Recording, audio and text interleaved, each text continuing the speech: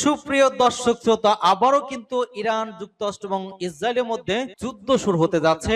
ইরানে হামলা চালাতে প্রস্তুত মার্কিন এবং ইসরায়েলি বাহিনী, ট্রাম্পের নির্দেশের অপেক্ষায়। অন্যদিকে ইরানও কিন্তু যুদ্ধের জন্য প্রস্তুতি গ্রহণ করেছে, যে কোনো সময় যুদ্ধ বেঁধে যেতে পারে। এক্ষেত্রে আবার যদি যুদ্ধ বেঁধে যায়, সেক্ষেত্রে ইরান কি জয়লাভ করতে পারবে? এ সম্পর্কে আপনার মতামত কমেন্টসে লিখে জানান এবং আন্তর্জাতিক সংবাদের শুরুতেই থাকবে সংবাদ শিরোনাম পরে বিস্তারিত। দক্ষিণ অঞ্চল ইসরায়েলিদের জন্য নরক, 19 অভিযানে হিজবুল্লাহর বিধ্বংসী আঘাত। আরো বিস্তারিত জানিয়ে দিব। হরমুজ প্রণালীর নতুন হাতিয়ারের দিকে নজর এবার ইরানের। ইরানে হামলা চালাতে প্রস্তুত মার্কিন এবং ইসরায়েলি বাহিনী, ট্রাম্পের নির্দেশের অপেক্ষা।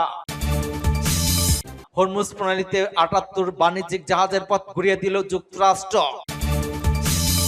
আবারও যুদ্ধের পথে ইরান, যুক্তরাষ্ট্রকে দিল স্পষ্ট বার্তা। হামলার নতুন ছক যুক্তরাষ্ট্রের। 1 বছরের মধ্যে রাশিয়ার ব্যাপক ড্রোন হামলা ইউক্রেনের।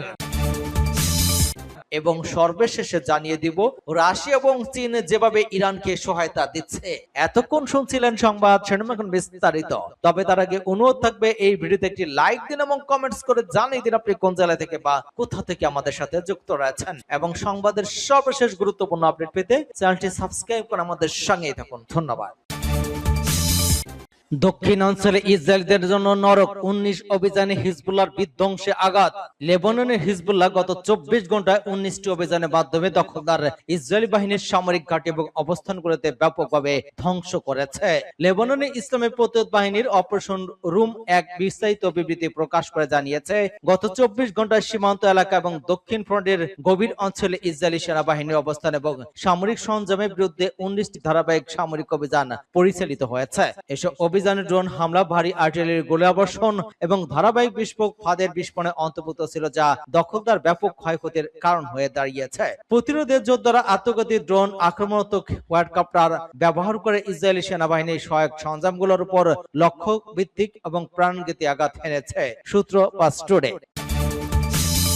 হরমুজ প্রণালীর নতুন হাতিয়ারের দিকে নজর ইরানের। হরমুজ প্রণালীতে যুদ্ধকালীন অবরোধকে সফল করার দাবি করার পর এবার সমুদ্রতলের ইন্টারনেট কেবলকে নতুন কৌশলগত হাতিয়ার হিসেবে ব্যবহার করতে চাইছে ইরান। ইউরোপ, এশিয়া এবং উপসাগর অঞ্চলের বিপুল ইন্টারনেট এবং আর্থিক তথ্য আদান প্রদানের গুরুত্বপূর্ণ সাবমেরিন কেবলগুলোর উপর নিয়ন্ত্রণ প্রতিষ্ঠার ইঙ্গিত দিয়েছে তেহরান। এক প্রতিবেদনে মার্কিন সংবাদ মাধ্যম CNN এসব তথ্য জানিয়েছে।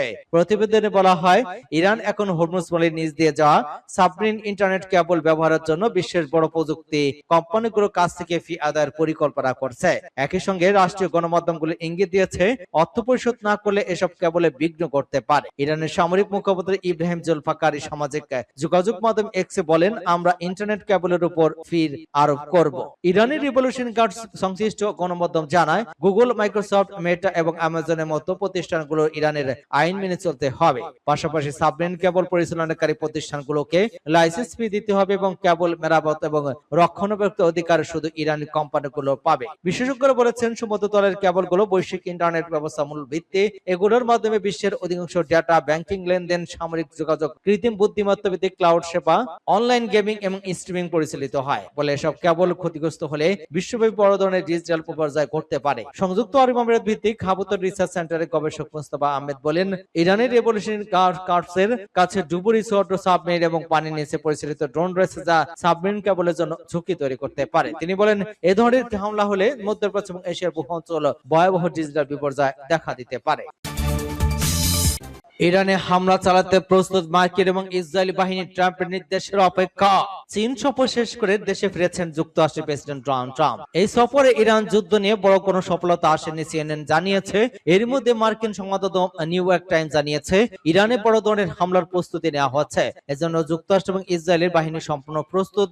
প্রেসিডেন্ট ট্রাম্প সবুজ সংকেত দিলেই হামলা শুরু হবে। তবে ট্রাম্প হামলার আগে হিসাব করছেন, কারণ ইরান যুদ্ধের প্রভাব কেবল সামরিক বাহিনীতেই নয়, অর্থনীতিতে পড়েছে। এর আঘাত বহন করতে হচ্ছে সাধারণ মার্কিনীদের। অন্যদিকে ইরানও বিধ্বংসী প্রত্যাঘাতের হুঁশিয়ারি দিয়েছে, যুক্তরাষ্ট্রের অর্থনীতির ধস নামারও হুঁশিয়ারি দিয়েছে। সূত্র বরাতে নিউ ইয়র্ক টাইমস জানিয়েছে, সব রকমের সম্ভাবনার জন্য পৃথক পরিকল্পনা করে রেখেছেন প্রেসিডেন্ট ট্রাম্পের সহযোগীরা। কিভাবে সে হামলা হতে পারে, আগের চেয়ে হামলার ধরনের কোনো পরিবর্তন করা হবে কিনা তা আলোচনায় রয়েছে।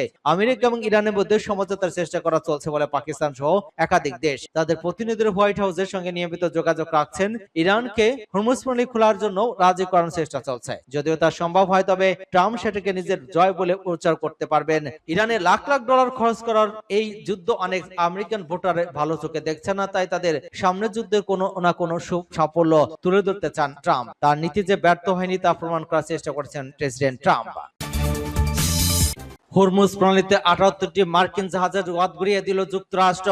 হরমুজ প্রণালী দিয়ে ইরানের বন্দরগুলোতে যাতায়াতকারী বাণিজ্যিক জাহাজগুলোর উপর মার্কিন প্রেসিডেন্ট ডোনাল্ড ট্রাম্পের আরোপিত কঠোর অর্থনৈতিক অবরোধ কার্যকর করতে বড় পদক্ষেপ নিয়েছে ওয়াশিংটন। যুক্তরাষ্ট্র শনিবার এক আনুষ্ঠানিক বিবৃতিতে জানিয়েছে, অবরোধ অমান্য করার চেষ্টা করা এ পর্যন্ত মোট ৭৮টি বাণিজ্যিক জাহাজের পথ পরিবর্তন করে অন্য রুটে পাঠিয়ে দেওয়া হয়েছে এবং আইন লঙ্ঘনের দায়ে আরো 4টি জাহাজকে সম্পূর্ণ অচল করে দেওয়া হয়েছে।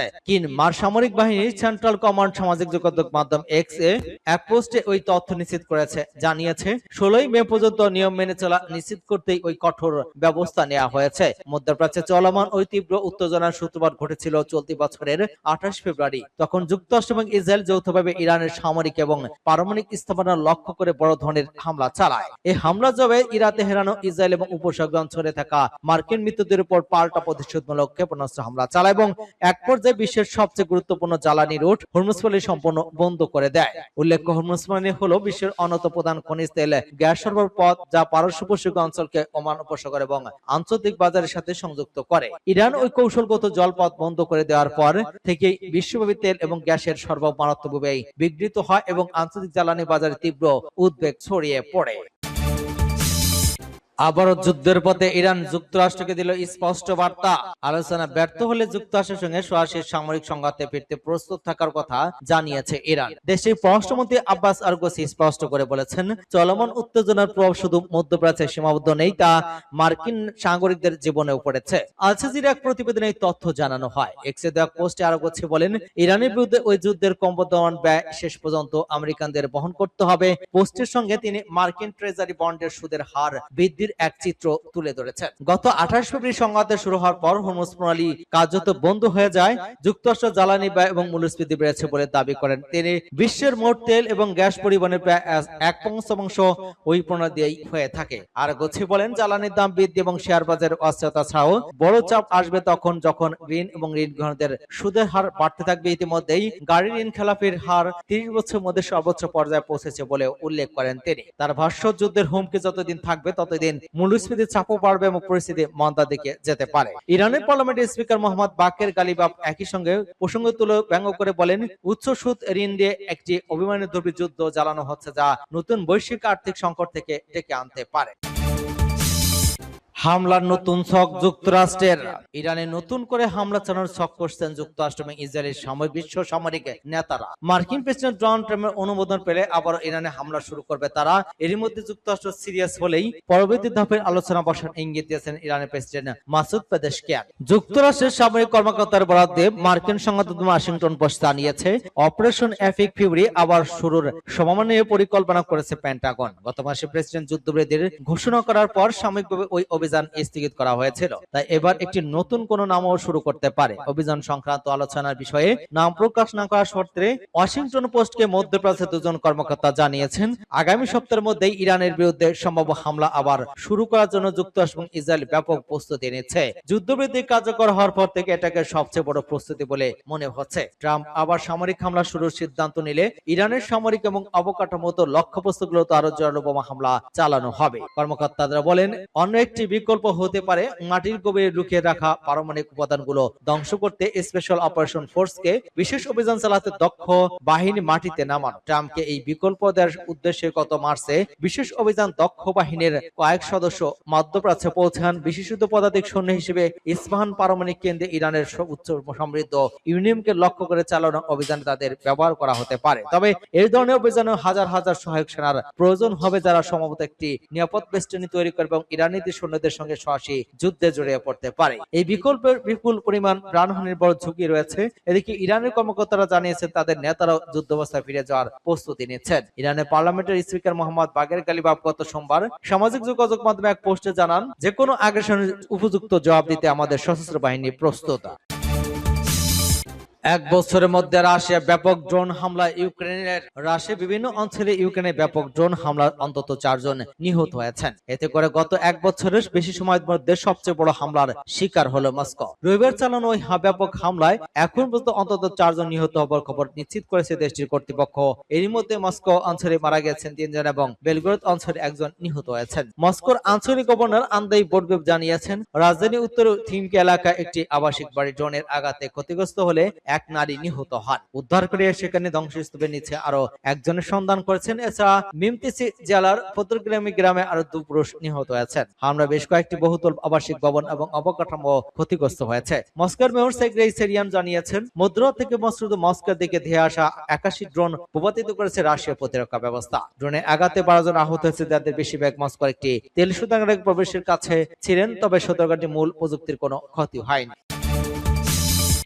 রাশিয়া ও চীন যেভাবে ইরানকে সহায়তা দিচ্ছে, জ্যেষ্ঠ 3 মার্কিন কর্মকর্তা ওয়াশিংটন পোস্টকে বলেছেন, রাশিয়া ইরানকে সংবেদনশীল গোয়েন্দা তথ্য সরবরাহ করছে, যার মধ্যে মধ্যপ্রাচ্যের মার্কিন যুদ্ধজাহাজ এবং বিমানের সতর্ক অবস্থায় তথ্য রয়েছে। এই বার্তার মধ্য দিয়ে তারা কৌশলগত জোটের চেয়ে বেশি কিছু উন্মোচন করেছে। তারা একটি নতুন ধরনের যুদ্ধের বন্দোবস্ত করে তুলে ধরেছে। এটি এমন এক যুদ্ধ যেখানে সম্মুখ সারির সংঘাত অনুপস্থিত। ট্যাঙ্ক, ক্ষেপণাস্ত্র দিয়ে নয়, বরং রাডার সেট এবং নিশানা বানিয়ে যুদ্ধ করা। উপসাগরীয় অঞ্চলে উভয় পক্ষের যুদ্ধ তড়িৎ চৌম্বকীয় বর্ণালীতে রূপ নিয়েছে। সর্বশেষ তারা একে অপরকে অক্ষম করে দেওয়ার জন্য লড়াই করেছে। মার্কিন প্রেসিডেন্ট ডোনাল্ড ট্রাম্পের সঙ্গে এক ফোনালাপে রাশিয়ার প্রেসিডেন্ট ভ্লাদিমির পুতিন গোয়েন্দা তথ্য ভাগাভাগির অভিযোগটি অস্বীকার করেছেন। পুতিন এখনো সেই দাবিটা অস্বীকার করে চলছেন।